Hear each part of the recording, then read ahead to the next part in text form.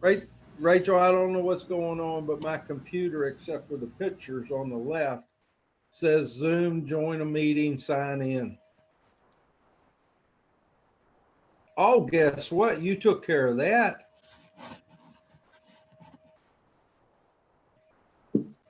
Okay, everybody ready?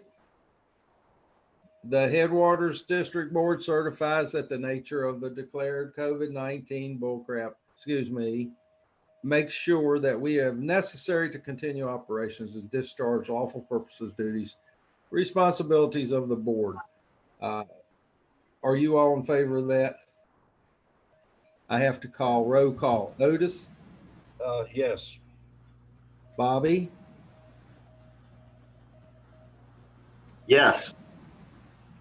DeBose? Oh, hang on, DeBose is muted as well. Let me send him a button. Okay. Tell him to wave. Am I unmuted now? Yes, there I go. There you go. Are you in favor, DeBose? Yes.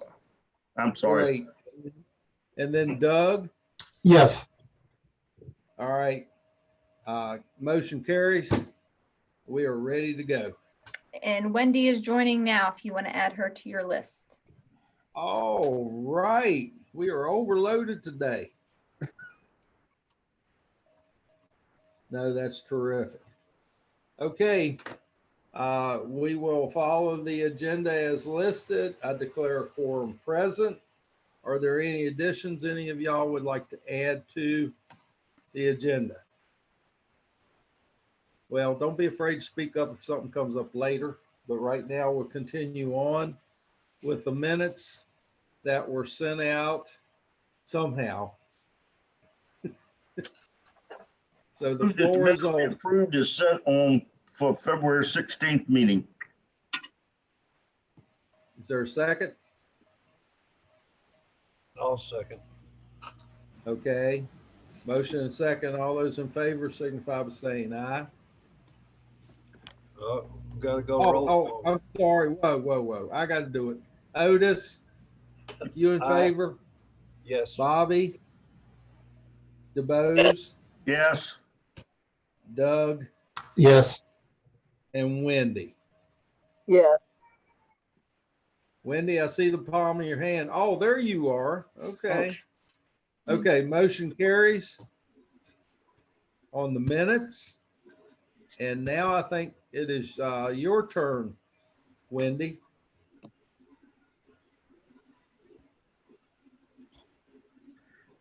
On the treasurer's report. It did it again. Sorry, treasurer's report. I'm a little distracted. I've got a little one over here to the side. Oh, great.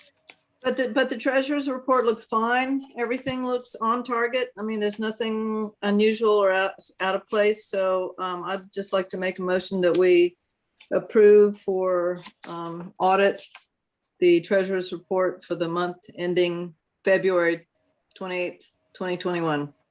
I'll second that motion. Great. Okay, we'll roll call vote. In favor, Otis, Yes. Bobby, Yes. DeBose, Yes. Doug, Yes. and Wendy. Yes. Motion carries. Minutes go that way.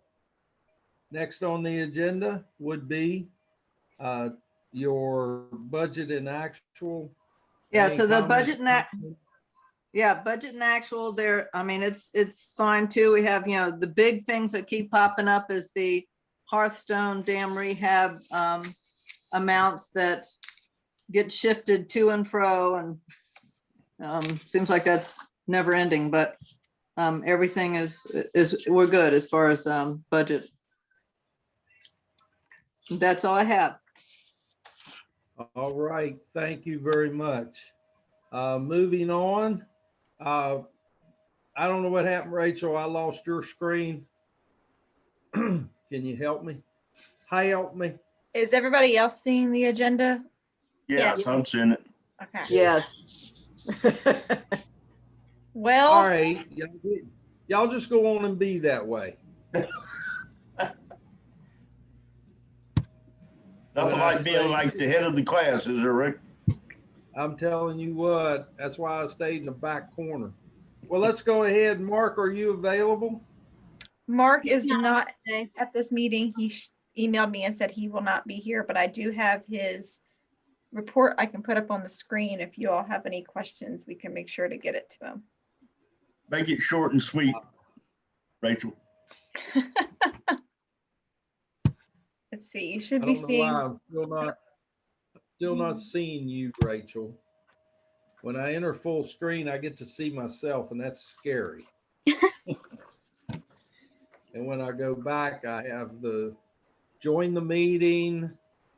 Behind it, I can tell that there's that statement that I read. I can live like this if you can. the only thing I could think to help you out is if you click on the little blue Zoom button, or at there should be a thing that says more dots, you can change the way you're viewing. My screen is different just because I'm screen sharing, so it's hard for me to direct you in the right direction right now. Okay. But I've never seen a magic quadrant for meeting solutions. Yeah. you should be seeing Mark's CDC report on the screen. Yes. Yeah. Okay. Sorry. The only thing I had outlined was the operations manual for the budget, for the annual budget that we've got to come up with. And the tillage survey was postponed until 2022. Those are the two things I highlighted. That's pretty much the same here too. I was noticing, yeah, May 4th, we got the budget template that's got to be up. Yeah, and then the tillage is delayed a year.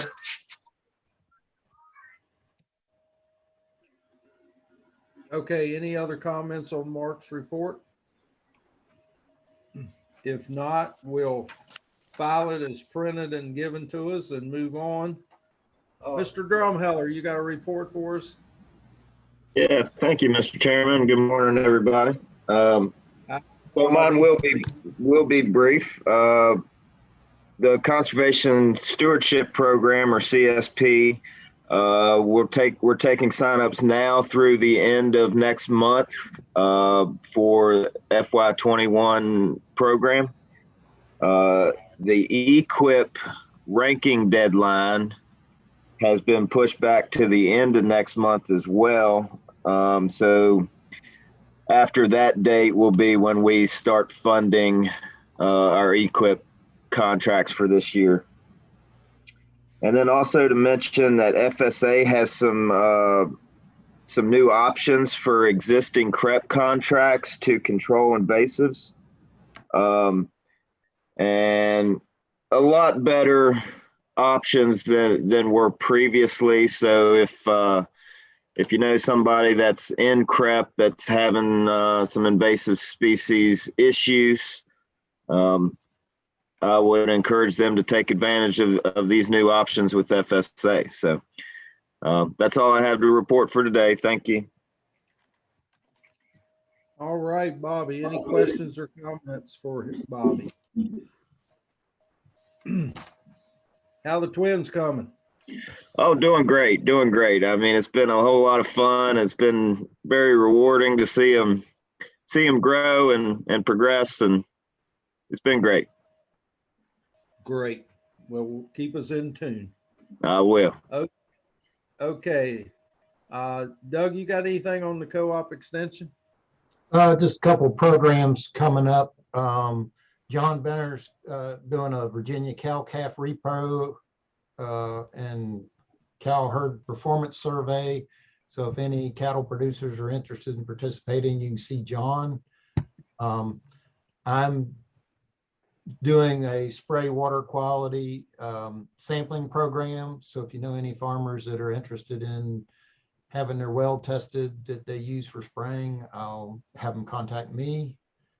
And then we also have a commercial pesticide applicator recertification program online. It's currently active and concludes March 31st. That's pretty much what I have. All right. Are you going to, or do you have an email where you put out something like Matt did? He calls his fence line something, fence line talk or something. Do you Yeah, I have have anything like that? a mailing list that I do occasionally. I usually only do about 3 or 4 a year, but if there's something coming up with deadlines or whatever, I try to get it out. Okay, well, if we can assist you in that, please give us a holler. Okay, thank you. Okay. Is anyone here as far as forestry, US or Virginia? Nope. Planning Commission? Yes, Leslie is here. Oh, Leslie, the Leslie? floor is yours.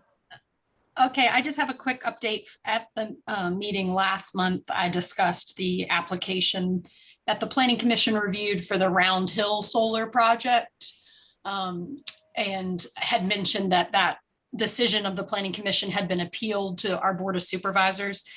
Since that time, the applicant has withdrawn their appeal, so I don't have a date for any future review of that application. But I did want to point out that we have received 2 other solar applications for much smaller projects, each one being less than 50 acres. One of them is located off Old White Bridge Road and Entry School Road. It's a 90-acre farm, and they want to put about 40 acres in solar. And then the second one that we've received is on Long Meadow Road, in between Long Meadow Road and the railroad right of way, kind of right outside Fishersville. And it would be, or it's proposed for about 49 acres under panel. So we're certainly starting to see interest in smaller solar applications than the 2 larger ones we've reviewed at this time. And then our Board of Supervisors did hold a work session last week to discuss some potential additional comprehensive plan amendments to discuss larger scale solar. And those discussions have kind of focused around a potential maximum size consideration for projects in the county, and some also considerations for additional mapping and locational considerations and clustering of these projects. So that's the update I have, and I'd be happy to answer any questions. Is there going to be a that's maximum, great. you think, Leslie? So at the board work session, there certainly was not a major consensus from the board. There are certain members on the board that do want to see kind of size ranges limited within the county to something like less than 200 or 250, 200 acres being like the maximum size. And then there are other board members that don't have as strong of feelings about limiting the sizes. So I think it's going to continue to be an ongoing discussion, but it is something that they are reviewing and potentially, maybe initially leaning more towards putting it in the comp plan so that it's more guideline language that if a larger project came through that happened to be ideally suited, so not in the zoning ordinance, maybe as much as policy considerations within the comp plan. But staff plans to keep drafting some of these policy considerations and present those to the board at a later date to kind of build on that initial discussion. That's going to kill the large commercial projects, won't it, Leslie? Well, so there are, I guess, size ranges vary. There are transmission connected projects, and then there are distribution connected projects. The rough rule of thumb is about 10 acres for a megawatt. So you do see in the state of Virginia projects that they're in the 20 megawatt range. So they're roughly 200 acre projects.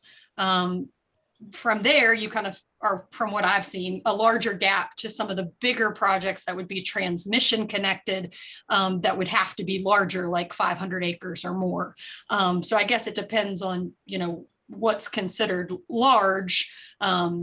Certainly if it was limited to a 200 acre size limit, we wouldn't see anything over that 20 megawatt potentially, if that was some of the guidance. Thank you. Leslie, where was the first less than 50 acre? The first one we've received, it's located off Old White Bridge Road and Entry School Road, and then it's the private lane, Red Fox Lane. It's Okay, a 90-acre farm, and they want to put 40 under panel. okay, very good. All And right, thank you. It's also my understanding that these smaller projects, it's like a shared solar program where, Dominion customers could, purchase this energy from these smaller shared projects. And these are the two applications we received to date, but we are seeing a lot of interest in these smaller size projects too. But I don't have a date of when those two smaller projects will be going before the Planning Commission. We've just received those applications kind of in early staff review. Right. I went 254 into Waynesboro the other week, and I couldn't believe all the residential building. Is it still booming in the county, or do you see it? What's the outlook on it in the future? Yeah, I guess I don't have my finger on that a ton, but I do know that, in brief conversations with our building official that, with the pandemic hasn't really affected construction other than costs and materials that seem to be harder to come by. But other than that, we are still seeing a lot of building permits and interest in construction. Okay. It's a pleasure to have you with us, by the way. Well, thank you. And if you can get your other locale counterparts, that would be great too. Okay. Okay, any other questions for Leslie? Okay, DEQ, I take it had a printed sheet? Yeah.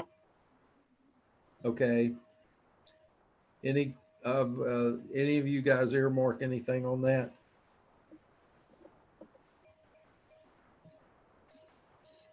Okay, moving on, is Sam available? She is not on this call. Otis, I seen you unmuted. Did you have? No, that's okay. I'll bring it up here in a minute. Okay, we had Virginia Department of Health, Chesapeake Bay Foundation. I don't see Austin on either, is he? No, I don't think Dave's on either, is he, from Middle River? no. Well, the nerve. Okay, well, we're ready to move into district reports then. Okay. Otis, what you got? Before I talk about dams, did everybody receive their packet? Yes. I did not. I did not either. I did not. Oh, I did want to let y'all know, the January packets we never got. I got it the third week in February. Well, at least you got yours. I'm still waiting on mine. And it wasn't torn up either. It was just lost for a month. Oh, And well. the postmark was like a day after. I think it was sent from the office, so it wasn't that like it was out of circulation. I don't know where they sent it. Egypt. Heavens knows. Apparently there's a problem in Richmond, from what I've heard. Oh, I think there are lots of problems in Richmond. You said Okay. that, I didn't. Well, I told Rhonda that, in the future, just let me know when the packets are ready and I'll pick mine up. Okay, moving on to dams. Next week, next Wednesday, Thursday, and Friday.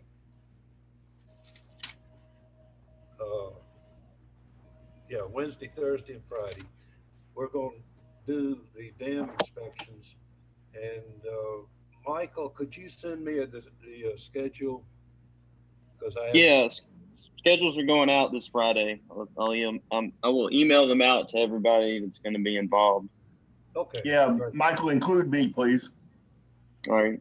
Me too. I'd like Me to too, at least Mike. get in on Wednesday. Yeah, all the directors are going to get some, Okay. and staff. So you'll all be getting one this week. Okay, great. The more the better. You get to see Amen. some.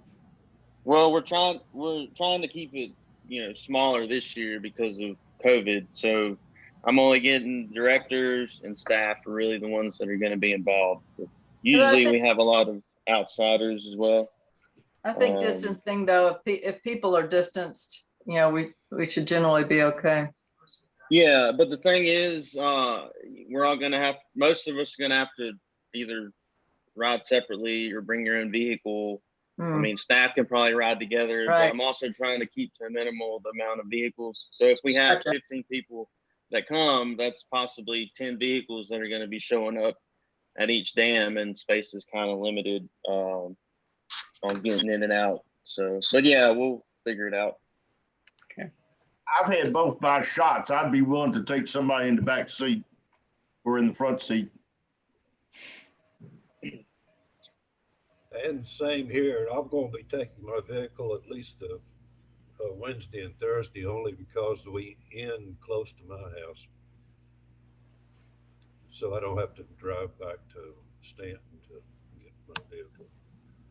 Anyway, that's next week. Inch Branch, they finally got the mid-level gate installed, I take it. Yeah, they finished up this past Friday, so that's completed. Okay, great. And you're going to be virtually attending the Virginia Lakes and Watershed Association? That was last week. That was last Monday, Tuesday, and Wednesday. They had the gate installation going on as well, and the Hearthstone presentation was about 10 minutes long on Tuesday, and it was pretty straightforward. I mean, there wasn't anything new that was said that I didn't know already. So, yeah, it was all virtual this year, so it was completely different. But that was pretty much all I set in for was the Hearthstone presentation. Okay, great. And the control burns at North River, Elkhorn, and Todd. When are Yep, these? that's gonna be going on at the end of this month as well. Okay. Anything else you want to add? No, sir, that's it for dams. Okay, Mr. Chairman, that's it for us. Wonderful. Thank you very much. I hope, regardless of COVID, that we can all get out and see at least a dam or dams one day. I have seen people ride on the back of pickups, so there are other ways if the weathers are fit. I can All strap right. them to the hood like a deer. Thank you so much for that thought, DeBose. Or they can hang their head out like a dog. Thank you. I'll consider that. Let's move on to finance legislative. Wendy, how you doing on that part? Okay, so let's see, the 2021 General Assembly session adjourned on March 1st. They actually finished their work, their end of things, late Saturday, the 27th of February. All the bills have gone to the governor for his consideration. He has until March 31st to sign, amend, or veto legislation. General Assembly then reconvenes on the 7th of April to consider anything that he amends or vetoes. Rhonda sent out, forwarded what Kendall, I think, had sent for all directors and staff. So all of y'all really should have seen it, but there is, as far as the agricultural BMP cost sharing funding, there's additional monies for that, which is good. Includes 3.9 million for technical assistance, an additional 4.5 million for base technical assistance in the underlying budget. So there's a total of 8.45, and I think there's a little bit more. So it actually ends up being 9.75 million. But anyway, so that was good. And then flip the page. Operational funding, so districts will expect to maintain current levels of essential operational funding for fiscal year 2022. Level operation funding remains in the budget. And then VCAP, there's the additional 500,000 that has been appropriated. So that's good. So hopefully all this will get approval and we'll be peachy keen. So essentially that's all I have for that. All right. Thank you. Uh-huh. The reports I've gotten seem to be really promising as far as legislative for our group anyway. So Yeah. let's hope we find something. Okay. Anybody have any questions for Wendy? All right, personnel. Personnel, actually, before I start rolling into this, I will just say, because considering the building, I had sent a email to Rusty Sprouse, who's the director of maintenance, or however they list it for Augusta County, asking about the filters in the building, which I've talked to him before about. They are on a 3-month rotation, which is good because, you know, that's not normally what they would be on. They had originally, right at the beginning of COVID, put in MERV 13s, which are great. However, everybody and their brother then was going out and getting MERV 13s. So we're limited as far as that goes. They are now shifting, the best they can get is MERV 10s, which are not bad, but they're still not as good as the MERV 13s. So I imagine that, you know, if they can ever get their hands back on them, they will. But he said they're also investigating installing bipolar ionization in the units, which would help some too. But essentially, they're doing the best they can given what they can get their hands on. So I'll just say that. Then, as far as the updating of the job descriptions, Rhonda sent out something to all the districts asking them for, I asked her to send us their job descriptions. Quite a few did. Thank goodness, almost in a way, not everybody did. So a lot have come in.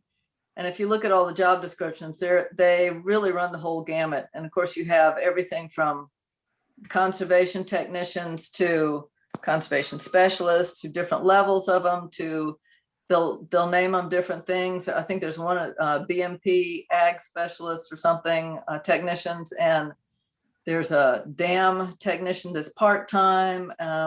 So what we're kind of asking the staff to do is to just, we want them to look at their current job description and go, well, this is, you know, this thing, I don't even know what this addresses because it doesn't seem like anybody does this. We don't do this, or our group doesn't do this anymore. Maybe they used to, or this doesn't fit, or, you know, just to sort of start honing in on what maybe needs to be updated. And then looking at some of these that have been forwarded to them as far as what maybe better describes. I mean, in some cases, there's some good examples, maybe from other districts' descriptions as far as what they do.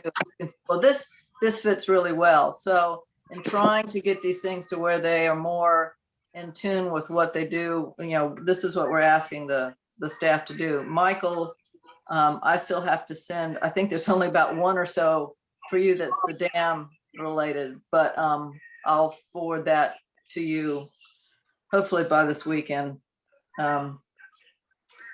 Change in staffing, Rachel can probably address this some, but it seems like the USDA, being federal, is being guided back to less people in the building, and there's a lot of stipulations as far as whether it's shared space. In a way, we're kind of separate in the building, but we have shared restrooms. Maybe people like to walk over the government center for a restroom, I don't know. But that limits us if we want to kind of help adhere to the guidelines that they have set, which is the problem with our building, because it's a hodgepodge of different agencies, and trying everybody to be on the same path. So Rachel has scheduled people with less people in the office daily. And it seems kind of an odd way to go, because actually things are improving, even though actually maybe rurally in Virginia, not as much as the rest of Virginia, supposedly. But I'm hoping that within the next couple of months, the federal guidelines will change too, and that the USDA maybe will shift again and say, well, we can go to where we can house more people in the building.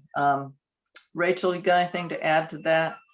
Am I meandering? You kind of hit it, Wendy. The number that was sent to us from NRCS FSA staff was they are told 25% staffing capacity. And they actually had a separate line where people had asked, what about those agencies, like, for example, conservation districts that are separated by walls and doors? And the guidance they're receiving is they can count their own 25% capacity. So that is what we have done, just to be mindful of our federal partners. So that leaves us at 2 staff per day. We're currently on a rotation, and then as staff need to come in for supplies, field visits, what have you, we're still doing that. Yeah, and I know that Rachel had covered this with the staff in a staff meeting shortly after it came up. So, we're doing the best we can to comply, and yet hopefully, guys, this is, things are improving, and I'm hoping that it's just a matter of a few months or something, and it will be much easier to get in and out of the offices. GIS training with DCR. I don't have much information about that, but maybe Rachel, do you? Yes, we worked, Stu Blankenship, I believe is how you pronounce his name, contacted Aaron actually. So we set up a GIS training with technical staff to just go through any questions we had related to doing conservation planning in that program. Okay, and I know that there's been something that I saw as far as there's 2, I'm just kind of looking quickly from my notes. There's 2 apps, GIS apps that have been mentioned by y'all as far as that can be loaded onto phones. I think this would help maybe as far as when folks are out in the field, to then help collect information, and then it could be downloaded once back in the office or at the computer, to get more accurate, I guess, reading, etc. So this is something to consider. One is really pricey. It's $365. Is that or something like that per, or $350 or something like that? Is that per year, maybe per user? And then another one is, I want to say it's something like $99. I want to say per month per user.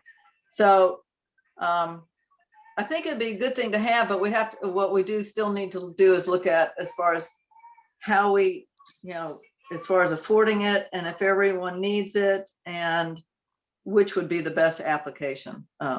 So could I just clarify yeah. So the buffer payment for our projects is based on an acreage. So having an app like this would allow us to give our clients a more accurate payment based on the amount of acreage that's actually in their buffer in real life versus just sitting there with a map and trying to calculate it.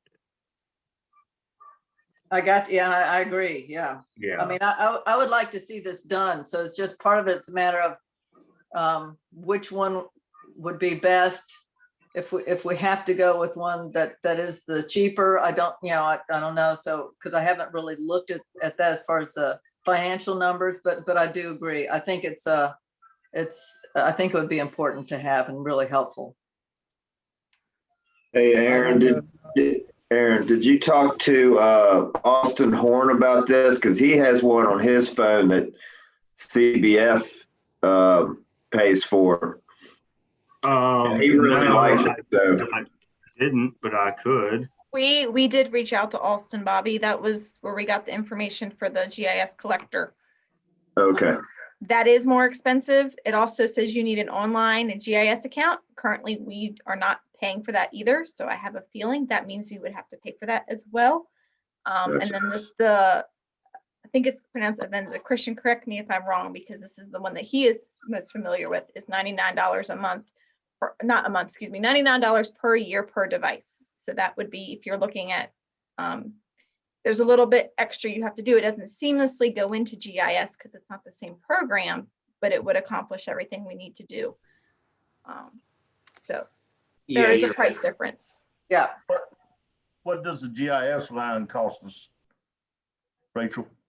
I don't believe we are currently paying anything for GIS because we receive the download per computer through NRCS. Okay. So we would then need to pay for our own GIS subscription, then also pay to get these apps on the phone. What is that gonna run us? Do you know?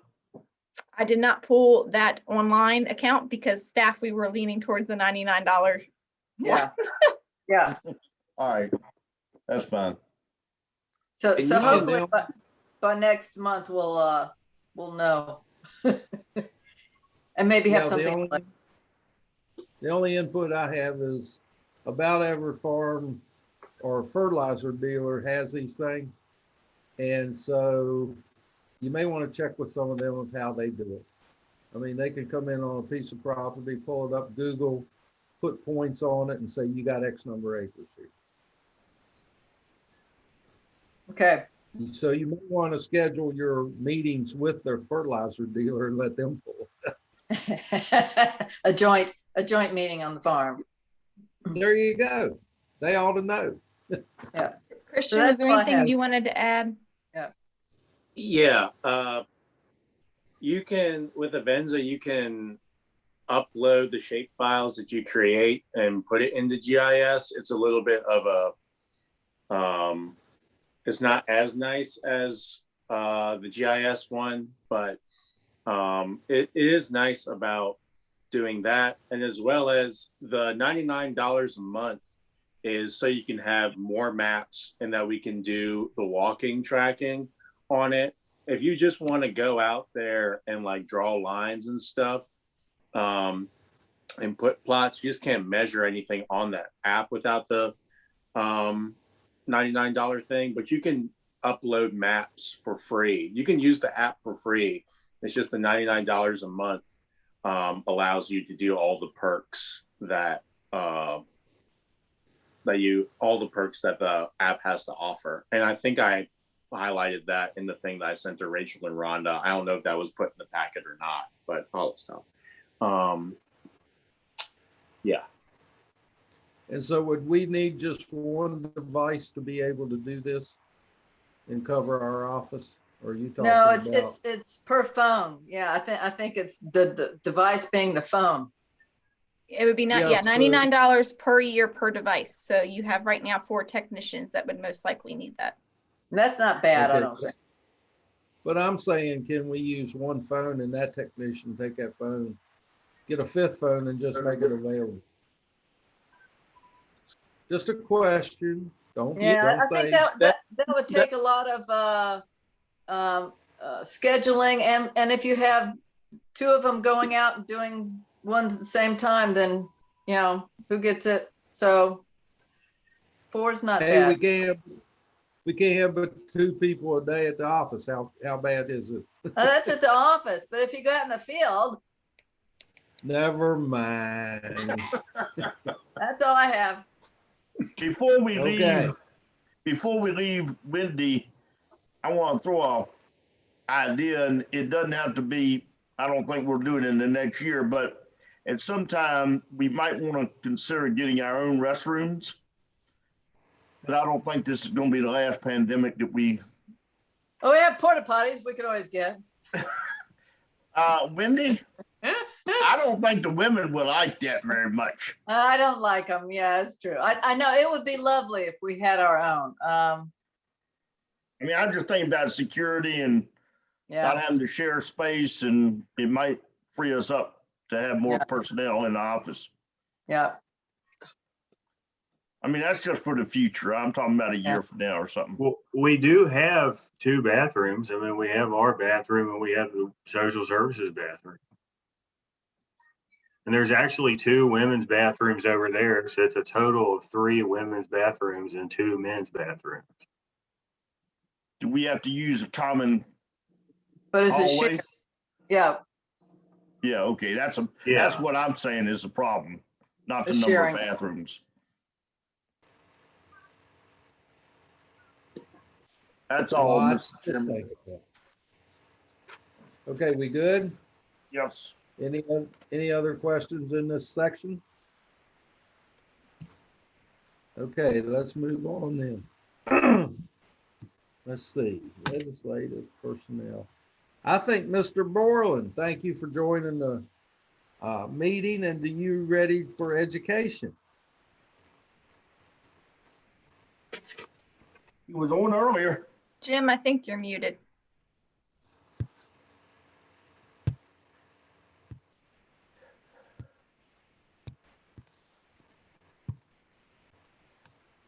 I see him. I don't He see him. is muted.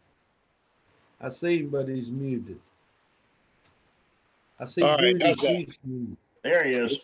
Yeah, sorry Ah, about that. Sorry I'm late. You guys moving right along. I didn't expect to come in at our part. So appreciate the latitude here. So Rachel, you had a couple of meetings, coaches meeting and class marker test training. How'd that go? It went well. I will say with Zoom technology now, we are having a lot more marathon planning meetings than we ever had before. Is that good or bad? It's good, but also then, as you all can be aware, when you get too many cooks in the kitchen, there can be things that go back and forth. So, Yeah. but well, I think we have as clear as a plan of mud that we can get to moving forward. So, good. Mud's good. you get a lot of participation because people aren't worried about their drive home. yes. And class marker test training, what was that about? That is the software that the students will be using to take their tests this year, since everything is virtual. And so district staff will be inputting them into this software. So I partook in a training so that I know what I'm doing and making sure the test looks right. I know that the subscription is through the association, so not sure this could be something they hang on to for the future as well, that districts could have access to. Yeah, everybody's got to reload their decoder ring with technology we're using now, what we used to use. 4th grade watershed presentation in April, is that still on, or is that subject to virtual or in person? That is on. This will be our first back in person school presentations. Okay. At 2 elementary schools in Waynesboro. We will need to revise our planning because the students are not allowed to touch anything. So the classroom is out. We only get to about 5 minutes per rotation with the group of kids anyway. So they're really pushing them in a small amount of time, but we're grateful to be able to partner with Public Works again to do these presentations. Earth Day stand. That's our big update. It is now not tentative. It is now happening. There is a new movie on Netflix, I think I mentioned last time, called Kiss the Ground, that is based on soil health. I was able to confirm with the movie production group that we have permission to share this video to view with any of the groups partnering in Earth Day Stanton. So we will be sponsoring a kind of called a watch and talk is what I am calling it, where folks can register to receive a link to this movie, watch it on their own time, and then join us for a panel discussion related to soil health, conservation, sustainable ag on April 29th at 7 p.m. Who produced So far, the graciously, Doug Horn has volunteered to be one of our panelists, so that is wonderful. I am still waiting to hear back from a member of the film team who will plan to be joining us. Bobby White-Scarver they asked to also join, so Bobby is confirmed as well. And then I have reached out to Project Grows in Stanton Verona area to bring a different perspective into food production, crop vegetables and fruit production for sustainable ag. So that'll be exciting. If you all would like to view the movie, if you don't have a Netflix subscription, I can send it to you. And with that, with Earth Day Stanton, we are partnering with the Arcadia Project, which is located on Beverly Street. They are going to host us as a window display for the month of April, where we'll be able to promote our VCAP house and our farm model to display what the district does related to conservation and Earth Day themes. So that is exciting as well. A little bit of outreach efforts going into that. Any questions?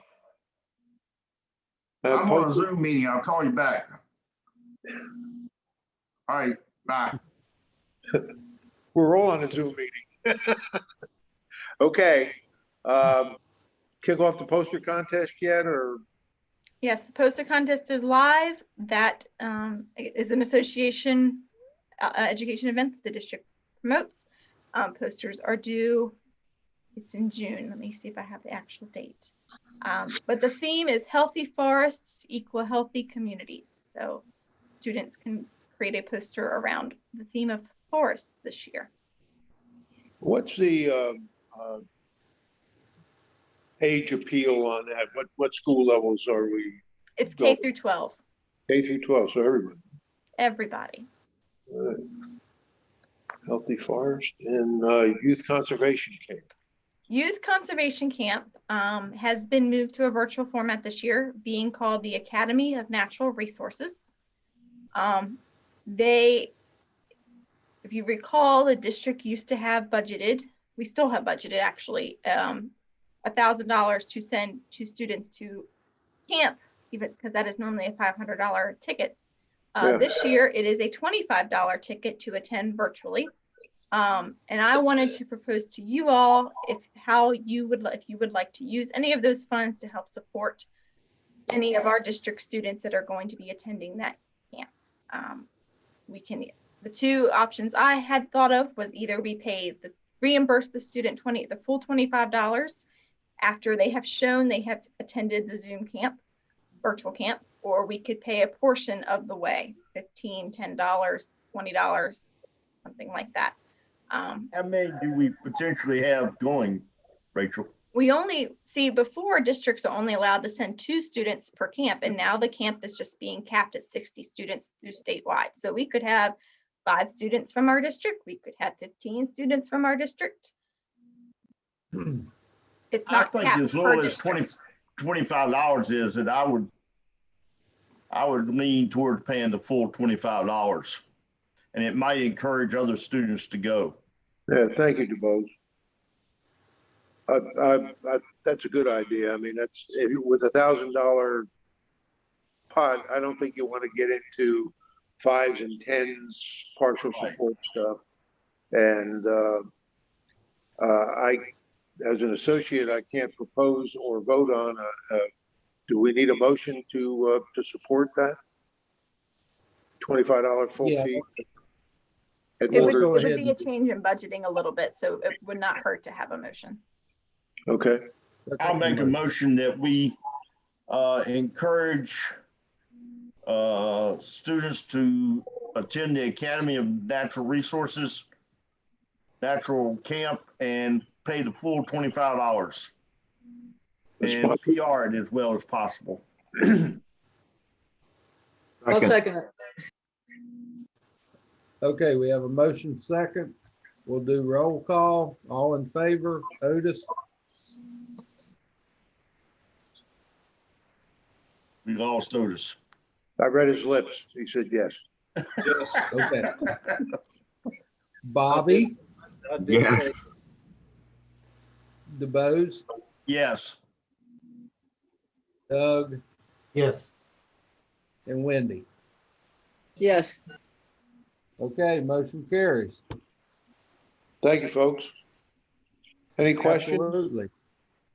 Rachel, do you have the address on Beverly Street that the window display will be at? Let me see if I can get that real quick for you. Or you can. It's next to Zendoa I think.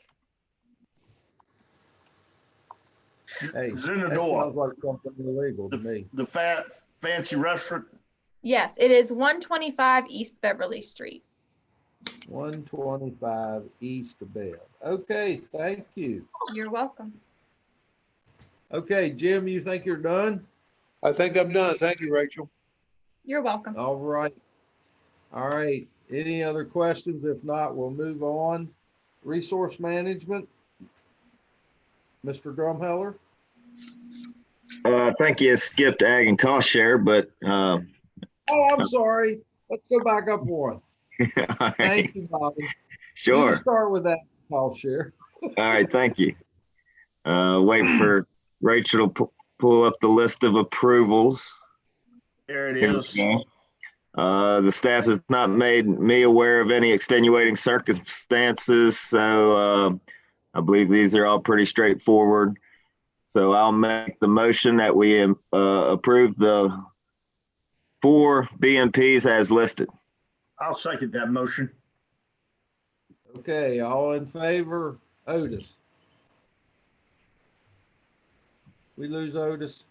Yes. Can anybody read his lips? Hold on. There he hold is. on. I had my Okay. mic muted. Yes. Okay. Bobby, Yes. DeBose, Yes. Doug, Yes. and Wendy. Yes. Okay, motion passes. Next up are 2 appeals. One was a buffer acreage increase. I'm assuming that the fence was placed farther away from the stream as planned. So the buffer acreage increased and therefore the payment, it would increase. And the other one was a change in the watering system design that would require appeal. I'll make the motion that we approve these 2 appeals. I'll second that motion. Okay, just to speed things up a little bit, if you make a motion in second, I'm not going to include you in the affirmative vote because you've already affirmed you are. How's that Okay. sound? That's So fine. Otis, Yes. Doug, Yes. and Wendy. Okay. Yes. That means Yes. yes. Okay, motion passes. Next. A few conservation plans written this month. I'll make the motion we approve these plans. I'll second that motion. Okay. Other affirmative. Otis, Yes. Doug, Yes. and Wendy. Yes. Okay, motion passes. And 3 nutrient management plans were written and accepted by the district this month. I make the motion we approve these nutrient management plans as listed. I'll second that motion. Okay, other affirmatives. Otis, Yes. Doug, Yes. and Wendy. Yes. Okay, motion passes. Okay. Next up on the agenda, we talked about this last month, the remaining allocation for the VAX program. What's the updated amount, Rachel or Aaron? Here we go.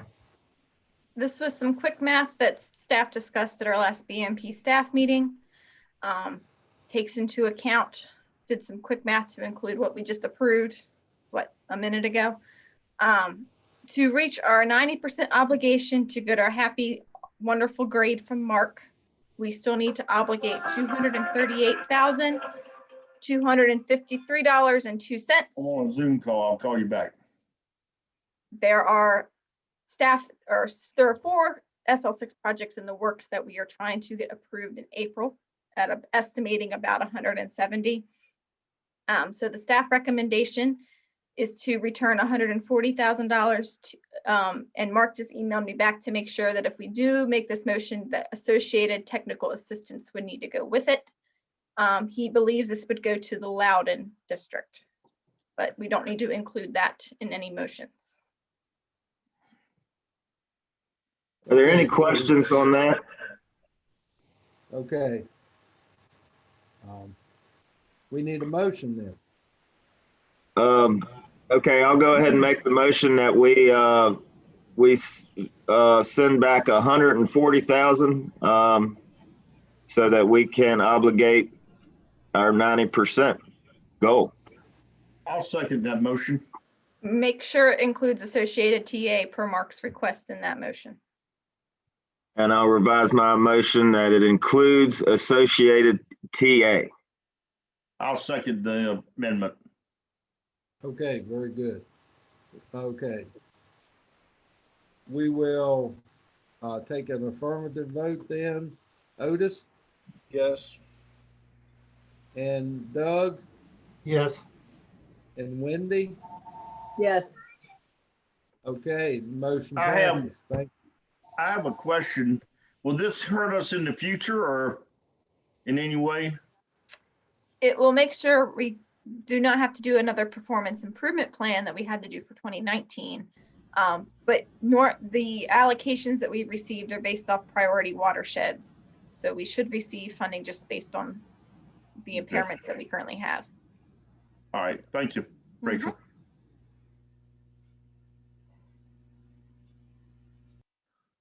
All right.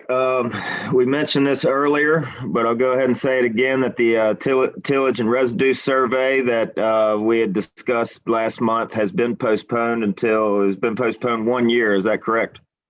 Yes, till Yep. this time next year. So we won't have to worry about that, whether we were going to hire it out or have our staff do it. We'll think about it again next year when they're requesting it next year. And a cost share funds letter was returned. Get an explanation on that. Yeah, let me see if I can pull it up for you with the name redacted. That's not it. Give me 1 second, let me end it and bring it back.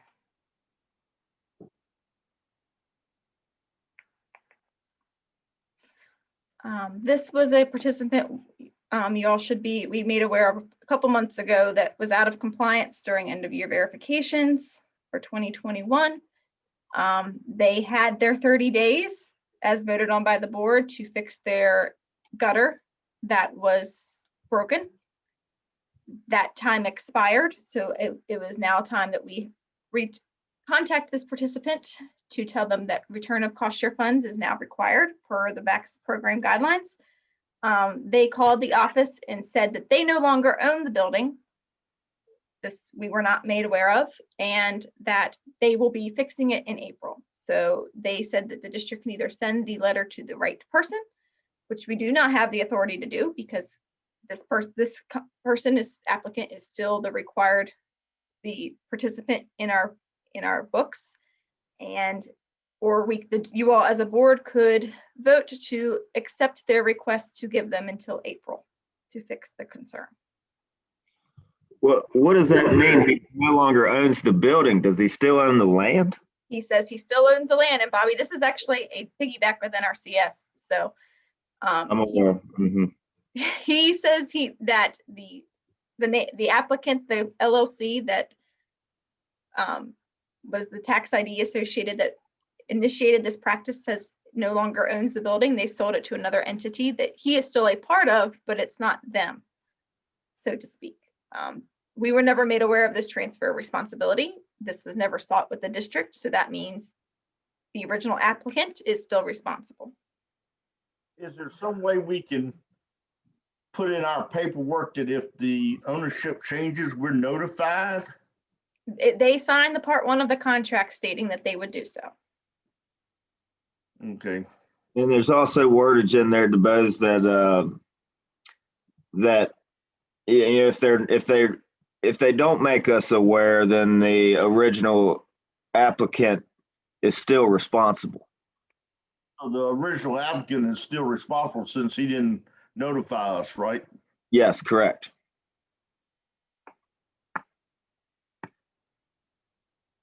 In these tight times, I hate to charge him $4,547.90 but I don't know. I'll go with the feeling of the board. Rick, what do you think? Hey, I have no problem as long as it's fixed, giving him more time. I don't like the method that we use, and I don't like the methods he's used. I've been in contact with the fella. He won't talk to me yet, but I will find him and talk with him. But same thing. The price of fixing the gutter is so minimal. The building's still doing the job it was doing. If he's going to fix it in April, send him a note that we will visit in May to make sure the gutter is fixed, is my recommendation. I'll go along with that recommendation. You need to make a motion to that, Rick. Well. But I'm, he supposedly they've got until the end of April to make this repayment. And I mean, I'm a little miffed that they've gone about it this way. And when surely they're as responsible adults, they could look up what they're responsible for. If he says he can get it fixed in April, there's part of me that's tempted to say, okay, fine, we'll check right at the end of April. And if it's not fixed, you've got April 30th that this is due. Well, guys, I tell you what, you can be a hard ass with this guy if you want to, and it's just going to cost us legal money. There it is. Okay, well then fine, we'll go the other route. If he will fix it, fine, but let's make this note when the next program comes up he's interested in, is my recommendation. The 3rd of May is on a Monday. How about we inspect it the week of the first week in May? Get staff out there sometime that week and give us a report at the next meeting. I will volunteer to go with that staff person. All right.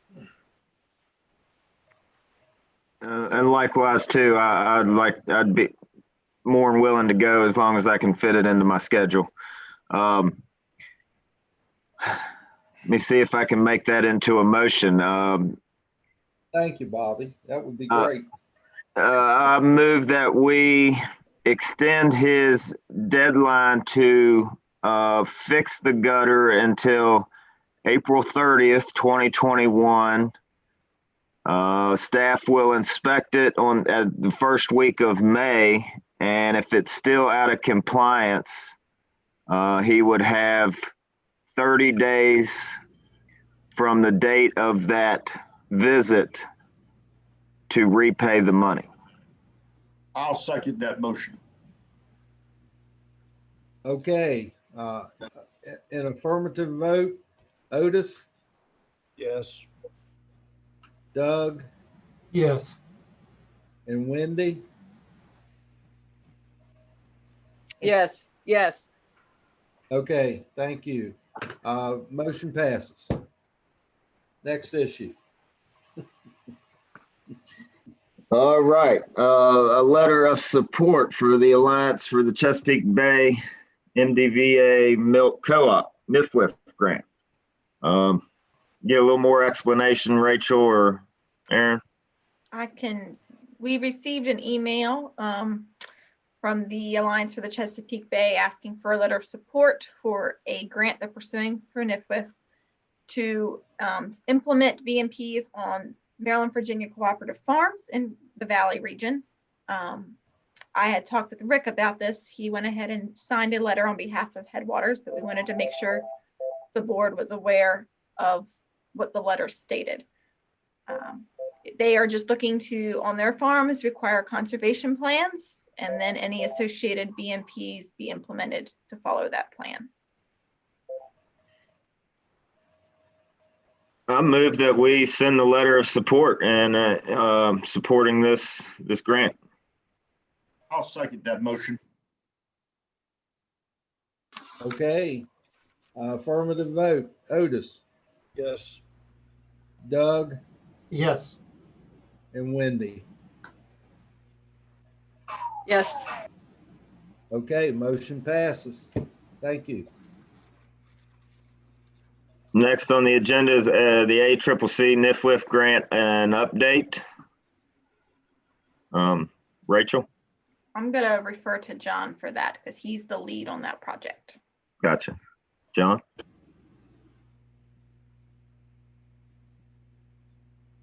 John with us today?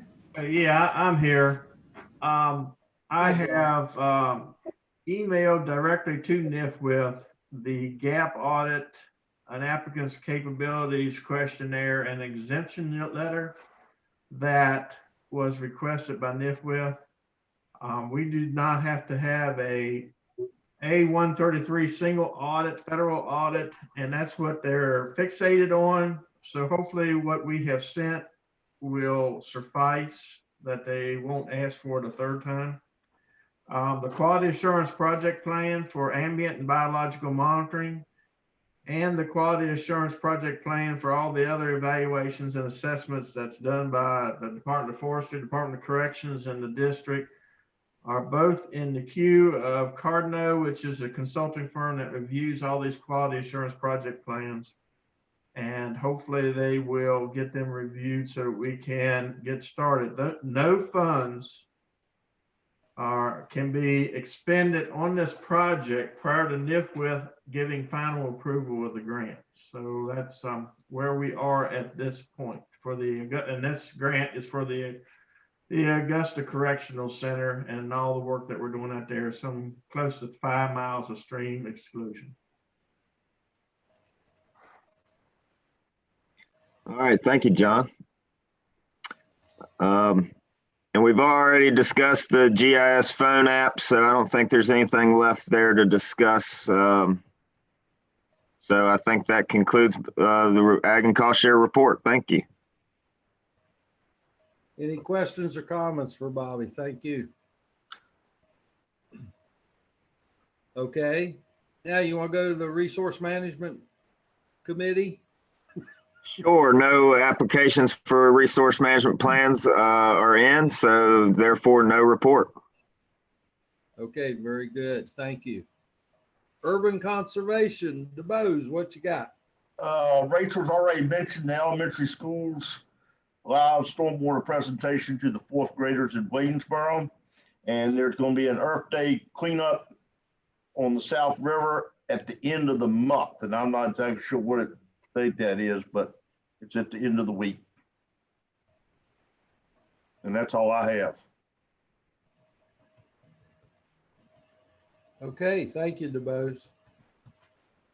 Next up, we got 2 articles from Charlie Huppick.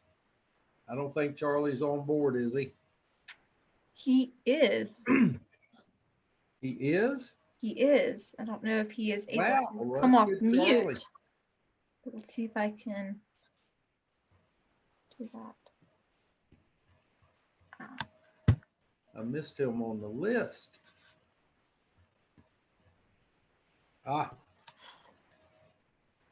It looks like he's all okay, ready to go. Can you hear us, Charlie?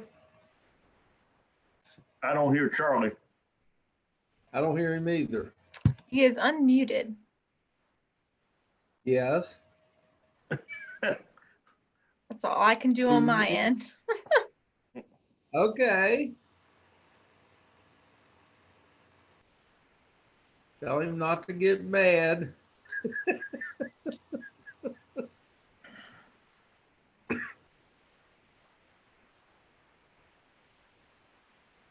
Okay.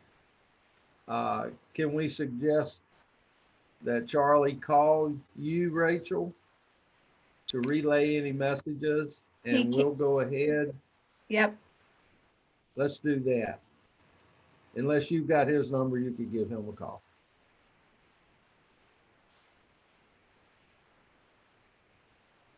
Otherwise, we'll go to land use. I don't think Mr. Horn's with us. Well, we do have Yeah. something related to easements, just to bring you all. Let me see if I can bring that up. Oh, the Weavery. Okay.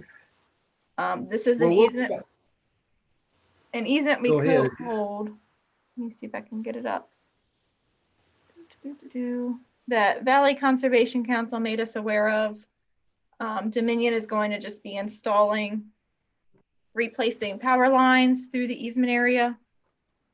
I Okay. apologize that it's crooked. You'll have to turn your head this way. But just to make sure you all are aware, they have asked that district staff be present when they make a visit to make sure everything is still compliant. And this has been a troublesome easement for us in the past. So we just want to make sure everything gets done according to how it's supposed to. I We have a map of that, makes Rachel, it- in our packet, if you got your packet. Yeah, I think that's the best, what can I say, use of words about the Weaver easement I've ever heard. She's a diplomat. Amen. Very good. So that was just wanted to call attention to that. So Charlie, if you have questions about that, give me a call, email, we can schedule a time to talk about it.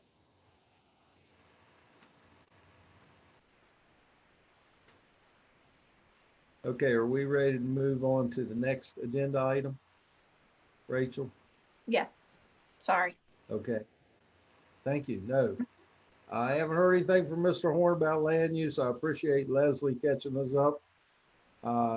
I have heard, one reason why I ask about residential, there's some big time residential people, developers that want to develop piles and piles of Augusta County farmland.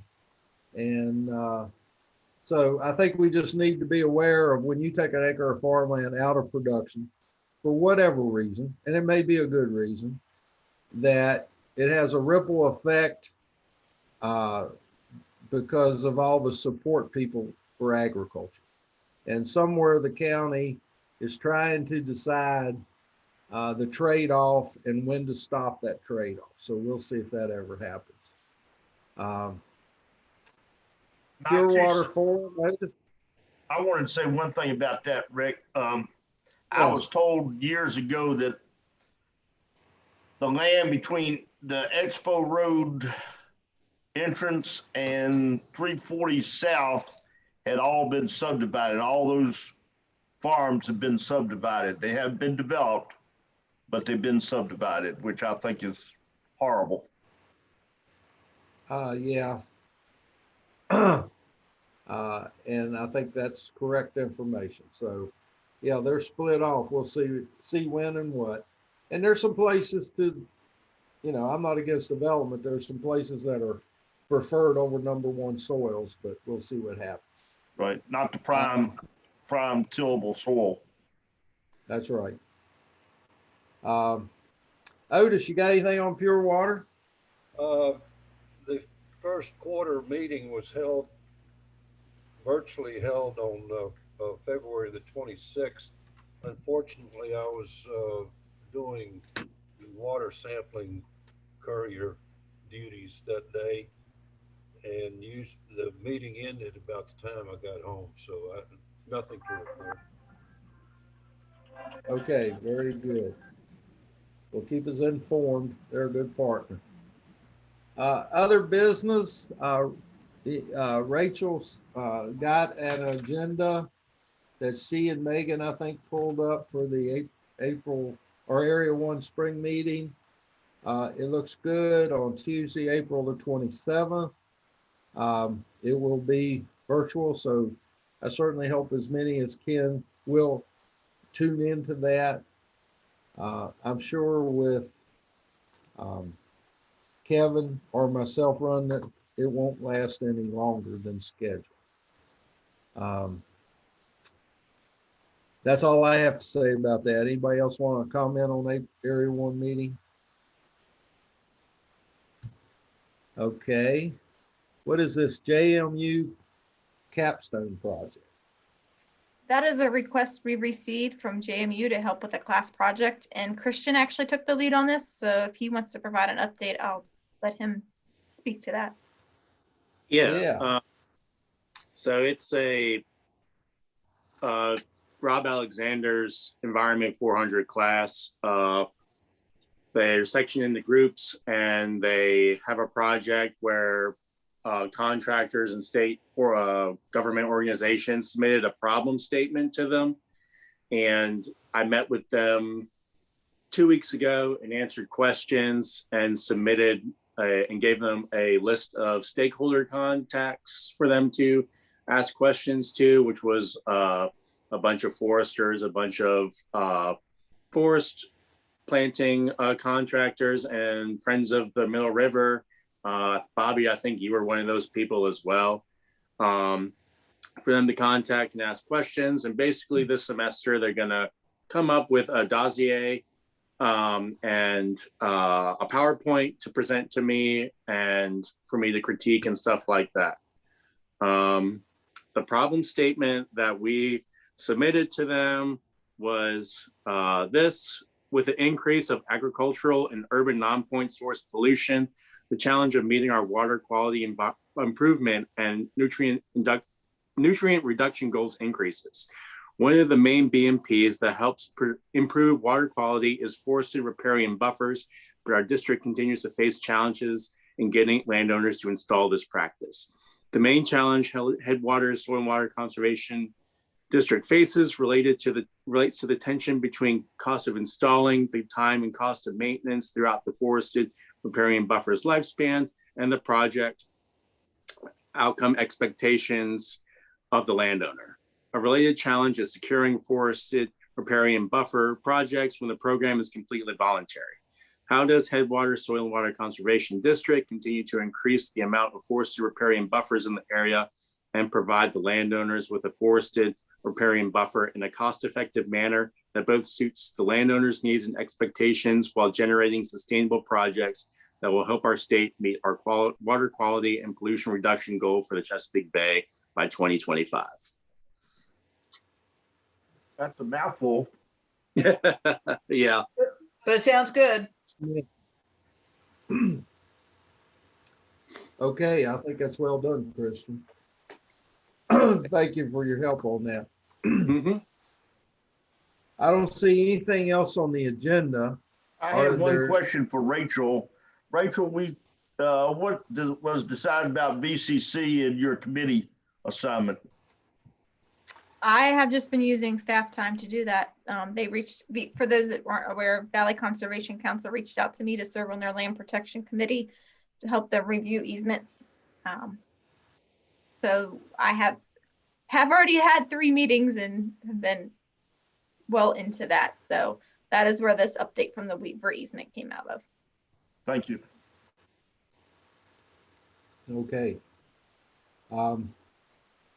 I was wondering if there is anything that we can do on the 3rd of April.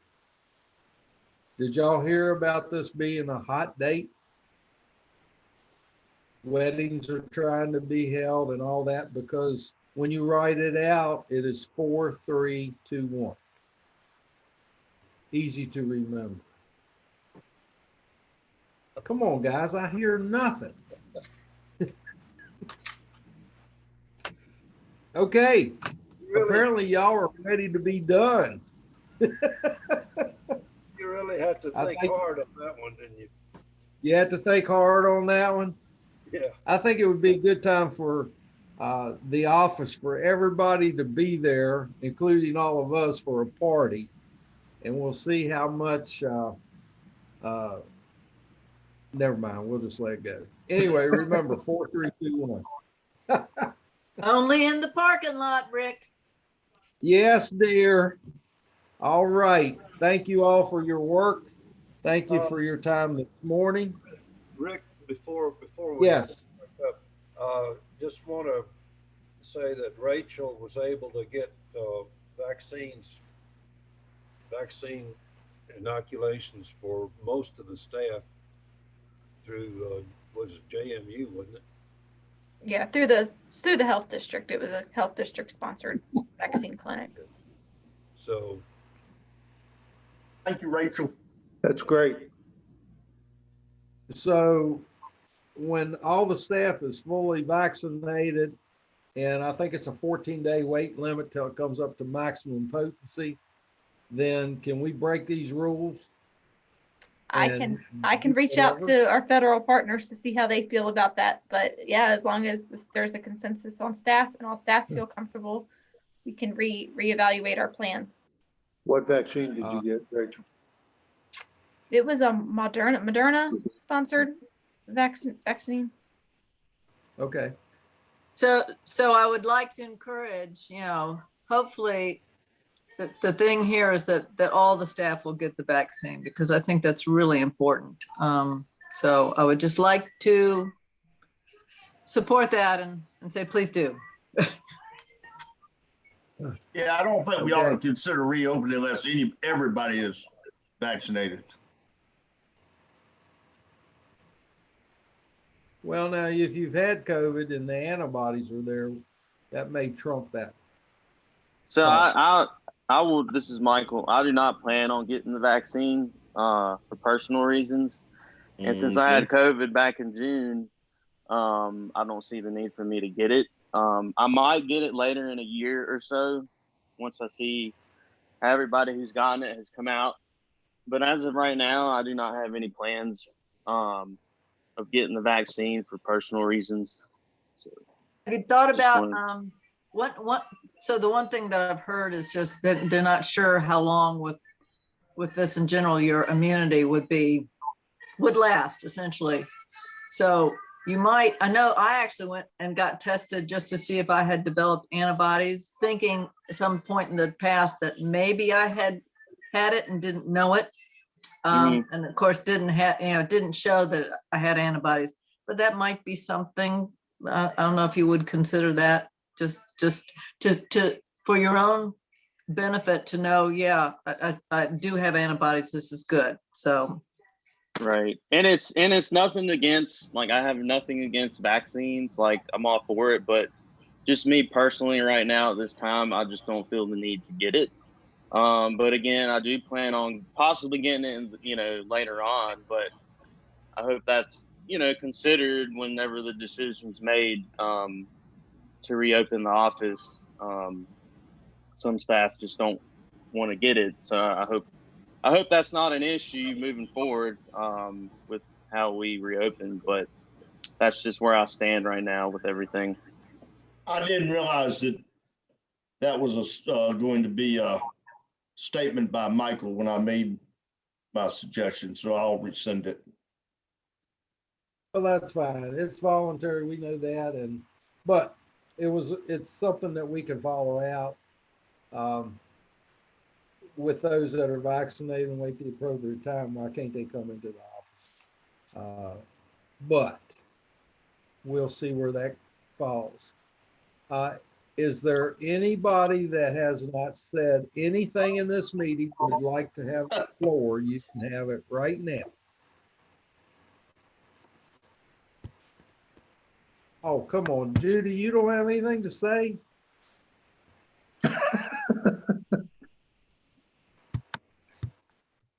Okay, we thank you all. Meeting adjourned. Okay, Thank you. Have a good week. Stay safe. Amen. Thank you.